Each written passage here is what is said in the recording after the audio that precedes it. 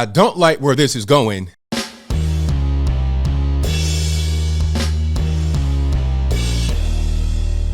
How's everybody doing? My name is Anthony Brian Logan, and today we got to talk about a brand new bill in the state of Michigan that should have you very concerned if you are a parent with kids in school.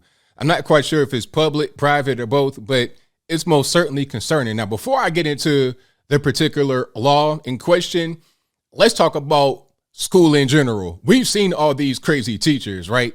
What I call them, the TikTok teachers, talking about, yeah, I'm teaching little kids 5, 6 years old about gender identity, all this and that. People that are XY males, but now identify as something else. And then they want to teach kids about that. Now, I have nothing against you. If you identify as a different thing than what you were born as, that's your prerogative. All right. I always say it. You can identify as a big piece of chicken. You can identify as a cumulus cloud, an airplane, a star in the sky, twinkle light, twinkle bright, whatever you want to identify as, a glowworm. That's fine. But guess what? That's your business, your identity, and you shouldn't be trying to teach that to little kids. All right. Now, if you wanted to be an adult, 18 years old, and sign up for something like that in college for whatever reason, not really sure why you would do that. You pretty much just burning your money up. But I'm saying if you want to do that as an adult, that's fine. But little kids, I don't think so. And for some reason, there's a lot of pushback against that. Right. I wonder why. I wonder why some adults are pushing back against the narrative of trying to teach kids about very inappropriate things. I mean, maybe some kind of people are infiltrating school and they're doing things like this for a particular reason. Just maybe. I'm just kind of, putting two and two together, like the Catholic Church and their whole situation where you have certain people infiltrating for their own purposes. But for now, I'll leave that there. So I digress. The whole point is that there's already quite a few problems in school. You got TikTok teachers and critical race theory and all types of other stuff. And I think one of the biggest problems that we're going to see manifest into other problems is the short staffing. That's all over the country, not just in K through 12, public, maybe even private school, maybe even college, but all over the place. You can't even get a good hamburger anymore because of the short staffing. You're paying $20 for a quarter pounder with cheese at McDonald's, if you can even get one. It's crazy because of the government intervention, the inflation, the monopoly money printing, and all the above. Now, let's get to the particular bill in question that you should be concerned about if you are a parent. I believe the point quite enough, but here is an article. This is on HollandSentinel.com. This link will be in the description. But you see what it says right here. Whitmer, as in Governor Gretchen Whitmer of Michigan, signs bill allowing non-teaching staff to serve as substitutes. You read that right. So you don't have to be a teacher to be a teacher of kids. Now, I don't know about y'all, but I don't want some random dude on the street in the classroom with the kids teaching them. Okay. You should at least have some kind of qualification, at least go through school. The TikTok teachers are bad enough. Okay, but they have to go through school and pay money. There's a little bit of a friction, so they can't just hop in the classroom and have access to your kids. But this law, it's not just a bill, it is a law. It was signed by the governor, will make things a little bit weird. Now, let me get this on the screen properly just so I can see it for myself here. And again, this will be in the box, but the article reads, a bill aimed at addressing substitute teacher shortages has been signed into law by the governor. House Bill 4292, and there's a link for this, of course, in the box, allows school districts to use existing staff members without teaching certificates as substitute teachers throughout the remainder of the 2021 and 2022 school year. So this year, right now, today, this ain't like, oh, it's going to be in the future. Nah, right now, today, they're going to do this. Typically, substitute teachers in Michigan who don't have a teaching certificate must have an associate's degree or at least 60 hours of college credit. Under House Bill 4294, districts may have any district employee with a high school diploma or an equivalent certificate serve as a sub. Okay, so what are these examples of employees that may work for a school district? Secretaries, quote unquote, paraprofessionals, whatever that means, librarians, library aides, bus drivers, and food service staff. Okay. So that's a pretty short article there. And the whole thing is to keep schools open because of the short staffing. Now, do you want a bus driver to be your child sub? How about the lunch lady? How about a librarian? Maybe the librarian, maybe, but a bus driver? And again, the barrier to entry to be able to have access to your children is very low, because what are the qualifications of becoming the bus driver? And out here where I live in Tennessee, there's also a bus driver shortage. So what you're going to have is the standards become lower and lower to fill these jobs that aren't directly, having access to kids. But with that bill in Michigan, not all over the whole country, just in Michigan, but that bill that is now law, you can be pretty much a crack smoker one day, bus driver the next day, and a teacher the very next day, because they don't have enough people. Now, here's my question to anybody. Are we going to be able to fix public school? Is it fixable? I mean, people talking about money. The money is not even the problem, okay? I saw a poll, I think it was from Chicago Public Schools, and 90% plus, maybe like 95 or more percent of the teachers say they want to do a virtual option. They don't even want to go to the class. 95 or more percent said, let's do the virtual. And at that point, how is a teacher just on a computer screen different from a YouTube video, right? I could be a teacher. I could just say, you know what? All right, this is going to be ABL University, ABLU. Sign up today. It's totally free. Just like and subscribe to the Patreon. Put it to you like that. I mean, why not? I mean, what's really the difference if you're just going to be on the screen? There's a big difference between virtual learning and in-person learning.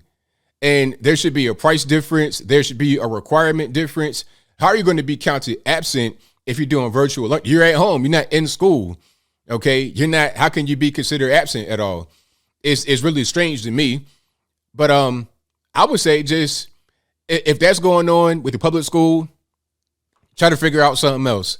And the problem is a lot of people just can't afford it. The median income, not average income, but the median personal income for one person is like $31,000 in the United States. That's not black, white, Puerto Rican, Candy Stripe. That's all Americans, 31,000 and change, like 31.5, 31.2, something like that. Household income's like 53 or 55,000. Household income typically means two people earning money. The husband, wife, husband, whatever y'all do, not my business, but again, I digress. The point is that people can't really afford to do homeschool sometimes, because if you have household income of like 55,000 and you live in a decent neighborhood, the way that your whole thing is set up is around, having the kids go to school, public school, just paying taxes for. So it's not just, it's free. No, you're paying taxes. And there's quite a bit of tax money from the federales and from the state, city, et cetera, that go into public school. So let's not get that twisted. I don't even have any kids, and I'm paying taxes to send kids to school, in public school. You understand? But anyway, so everything's set up right. You get your taxes going toward it. You live in a decent neighborhood. But now they got every Tom, Dick, and Harry that is a bus driver or a lunch lady teaching your kids. And then who they do have as regular teachers are crazy. They're on TikTok talking about my gender pronouns are it and them and all types of zir, zim, zer. So you pretty much you're just totally lost. If you're living in a place like that, I'm not really sure what the answer is. I would say maybe move, because some places aren't like that. Out here where I live, you don't have a whole bunch of, ridiculous teachers roaming around. But if you're living in San Francisco, for example, or like Freeport, Washington, and just sometimes just random parts of the country, you would never know. Paducah, Kentucky, it'd be a whole gaggle of blue hairs in there acting ridiculous, teaching your 8-year-old about some very inappropriate things that are quite frankly inappropriate for most adults. You're teaching that to kids. So it's like, what are we doing here?